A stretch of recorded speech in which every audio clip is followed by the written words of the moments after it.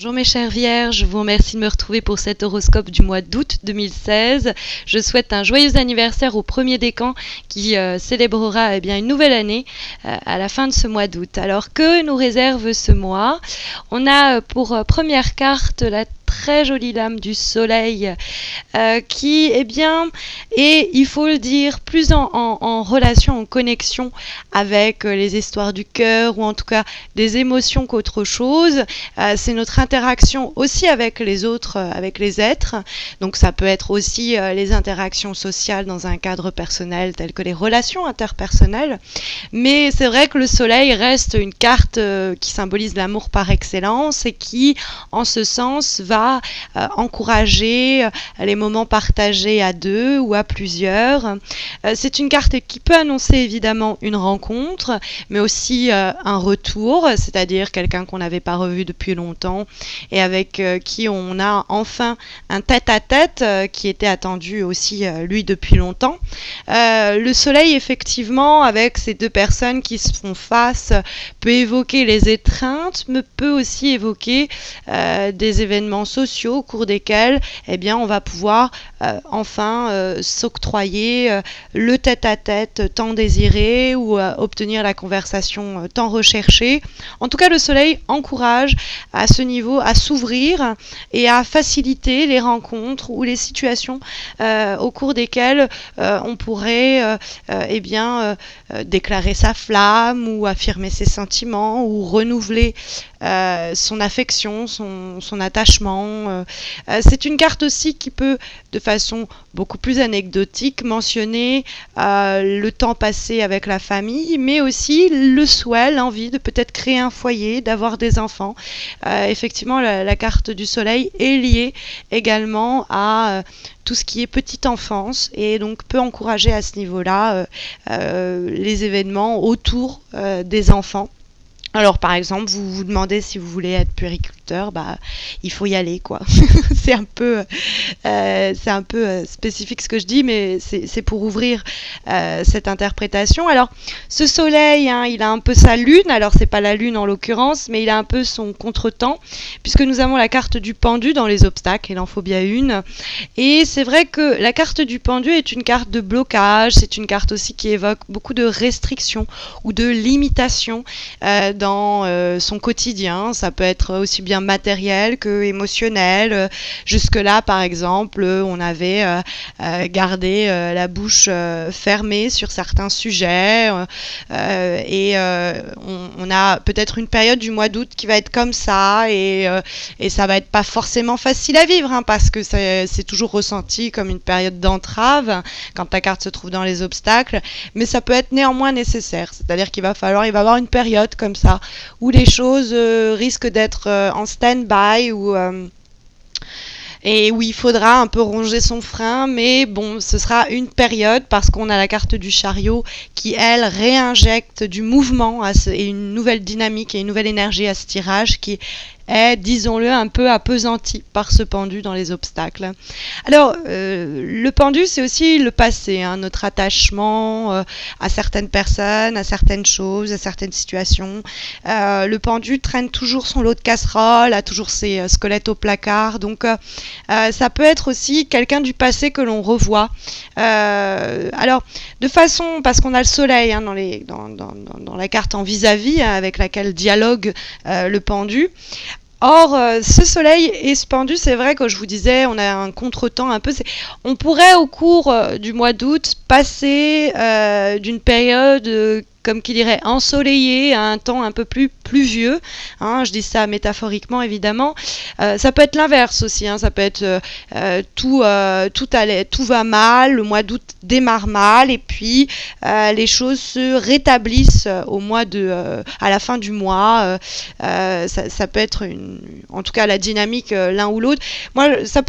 On va rentrer dans ce mois d'août dans une période d'attente ou de frustration ou de blocage et les choses vont se remettre en mouvement par la suite. Je le lis plus comme ça puisqu'après on a deux cartes actives qui dynamisent ce tirage avec à la fois le chariot et la force qui ont des polarités très positives et très actives. Et ça peut par exemple nous dire vous étiez par exemple très entouré Et puis subitement c'est le grand vide et vous vous sentez super isolé. Ça peut être ça, ça peut être aussi période d'isolement et puis hop, il y a du monde, il y a quelqu'un qui revient, il y a quelqu'un qui arrive et puis les choses se mettent en mouvement. Ça peut être par exemple aussi une période d'inaction et qui ensuite est suivie par une période où les choses se remettent à bouger, où on sort et on s'amuse, et ça peut être ça. Ou ça peut être l'inverse, hein, une grande période d'activité, et puis subitement on se retrouve un peu désœuvré. Ça peut être l'un ou l'autre. Mais quoi qu'il en soit, ça va être qu'une période à passer. Comme je vous disais, les blocages sont temporaires, compte tenu des autres lames qui viennent consolider ce tirage, et qui sont plutôt dynamiques et plutôt vivantes, et qui vont dans le mouvement et dans l'évolution, plutôt dans la stagnation, cette inertie que peut évoquer le pendu. Alors, sur des exemples très vraiment spécifiques, par exemple, on pourrait avoir un éloignement d'une personne qui nous était chère qui revient, et du coup, bah voilà, on est contente, et puis ça peut être l'inverse, hein, quelqu'un qu'on avait vu, et qu'on avait beaucoup vu, et puis qui doit s'en aller, et puis ça nous laisse un peu un moment de vide, quoi. Un petit passage à vide. Alors, ça peut être aussi... La carte du pendu, c'est une carte de sacrifice, hein, parce que le pendu s'est mis dans cette situation. Il s'est lui-même pendu par le pied. Donc, c'est une carte qui, en ce sens, nous dit qu'on pourrait être amené à faire des sacrifices, en tout cas à prendre sur soi, du moins, pour quelqu'un, pour une relation peut-être, hein, puisqu'on a le soleil en face, par amour, par exemple. On fait certains compromis ou certaines concessions, mais vos efforts dans ce cas-là, ils seront récompensés parce que on a les cartes du chariot et de la force qui appellent à elles du succès, une réussite. Mais restez tout de même attentifs, hein. Il n'est pas question ici de complètement s'aplatir. Faudrait pas qu'on abuse de votre gentillesse ou de votre affection, c'est pas la question.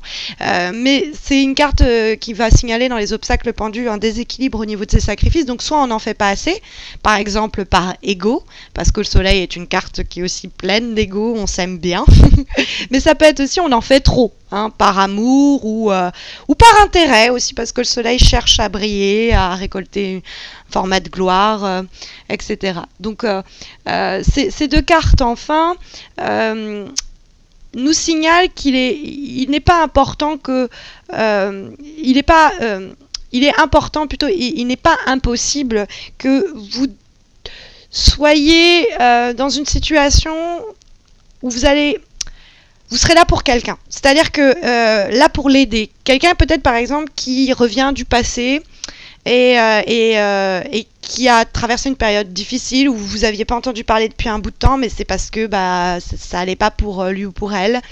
Et puis elle revient et vous l'aidez vous êtes l'épaule sur laquelle on vient s'épancher et trouver un peu de protection, de consolation. Dans ce cas-là, faites-le parce que ça va vous... Voilà, faites du bien aux autres, ça va vous faire du bien à vous.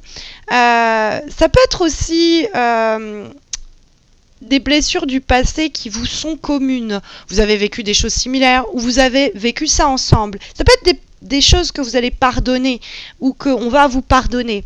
Dans ce cas-là, même si la sensation n'est pas plaisante sur le moment, faites-le, ça va vous permettre d'avancer. C'est ce que nous dit le chariot. Parce que ça peut aussi, avec ce chariot, cette force, annoncer quelqu'un ou une relation très forte, très entière, très rassurante. Ça peut être amical, hein, ça peut être même quelqu'un de la famille, parce que je vous parlais de ça tout à l'heure. Mais ouvrez vos bras et accueillez-la, parce que ça va vous faire du bien. Et cette idée de prendre les choses en main, peut-être que vous pouvez être même la personne responsable. C'est peut-être vous qui allez prendre votre téléphone et dire ok, je vais la contacter parce que j'en ai marre que ça reste à ce niveau-là ou que cette personne-là, je veux pas qu'elle m'en veuille, je veux pas qu'elle pense à moi. Faites-le parce que la carte que nous avons en vibration, c'est la carte du chariot.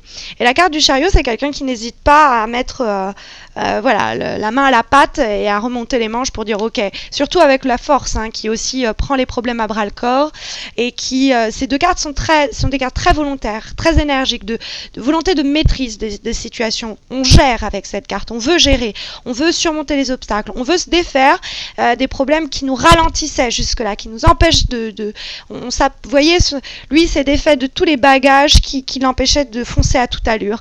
Donc ça peut être ça, hein, ça peut être des bagages du passé passé, qu'on décide de se défaire par le pardon, la réconciliation, l'écoute, le dialogue, les échanges, etc., par un partenariat, par 15 000 façons, parce que c'est vrai que le chariot, avec la carte du soleil, ça peut nous parler en termes de professionnel très très encourageant. C'est vrai que le chariot, c'est aussi un voyage, des déplacements, c'est aussi positif et ça encourage tout type de déplacement. Mais de façon plus métaphorique, avec cette carte de la force qui nous dit qu'on ne va pas hésiter à, encore une fois, se comporter tel le personnage à l'égal du personnage qui tient cette gueule ouverte, c'est-à-dire maîtriser ses émotions, mais aussi maîtriser les situations extérieures qui peuvent nous ralentir. C'est l'idée de résoudre vraiment les problèmes. Alors, je vous disais, on peut se réconcilier avec quelqu'un, parce que la carte du soleil est là, ou avec le passé, avec quelqu'un du passé, ou avec le passé, c'est-à-dire se réconcilier avec son propre passé, avec ses propres actions, avec des choses en nous qui, jusque-là, on va arriver à surmonter, si vous voulez, ses propres contradictions, tempérer ses propres pulsions. On va reprendre le contrôle. Et cette idée de peut-être qu'il y a un contrôle à reprendre, on le voit aussi avec la 5e carte de synthèse que nous avons, qui est issue du tarot Chosen, et c'est une relecture de la majeure et mineure du tarot de Marseille. Alors il s'agit ici de la maison Dieu, en fait, qui est représentée par la foudre. Ici, la maison Dieu peut nous dire qu'il pourrait avoir quelque chose au cours du mois qui fait un peu tout basculer, parce que je vous ai dit qu'il y avait un moment peut-être de bascule entre deux formes d'extrémisme, entre par exemple une suractivité à un désœuvrement, ou une période très entourée à une période d'isolement, des choses comme ça. On pourrait avoir au milieu de tout ça cette maison Dieu qui vient un peu frapper la stabilité et faire permettre le basculement de l'un à l'autre. Quel qu'il soit ce basculement, il faut l'accepter, il faut pas en avoir peur. Mais c'est vrai que la maison Dieu, ça peut être l'idée qu'on détruit quelque chose, un édifice en ruine par exemple, il y avait des choses qui étaient en train de se délabrer, ce serait vraiment le terme, puisque c'est la maison Dieu, et au lieu d'essayer de réparer les fissures alors qu'il n'y a plus de toit, ce qu'on fait, c'est qu'on démolit toute la maison, on dégage le terrain, on a un terrain vierge, propre, et sur ce même terrain, on reconstruit une nouvelle maison. Donc il y a cette idée de ne pas hésiter à laisser tout exploser, à tout dire, à accepter une révolution, qu'elle soit de l'ordre intérieur, une révolution interne, ou que ce soit vous étiez jusqu'à présent très décidé à pas faire ceci ou à pas faire cela, à pas pardonner, et puis subitement, changement à 360, mais c'est tant mieux. Et ça permet justement de revenir au point de départ, mais avec une nouvelle vision et prêt à aller de l'avant, quoi. C'est un moteur que l'on met en marche au cours du mois d'août, qu'il soit émotionnel, amical, etc. En tout cas, n'hésitez pas à accueillir ces changements, en tout cas à suivre ces conseils délivrés par le tarot pour ce mois d'août, mes chers Vierge. Alors c'est l'occasion pour moi aussi de vous annoncer que j'organise un concours chaque mois pour vous permettre de remporter un tirage personnalisé gratuit, pour vous aider, pour vous guider un peu plus personnellement. Donc n'hésitez pas à me rejoindre sur Facebook, c'est là que ça se passe, et à tenter votre chance. Et puis aussi de vous encourager, de vous inviter à vous abonner à ma chaîne YouTube si ce n'est pas encore fait. On approche très bientôt du million de vues sur ma chaîne, on le fêtera dignement quand ça arrivera. Et puis d'ici là, je vous dis, surtout la fin du mois d'août, je vous dis, prenez soin de vous.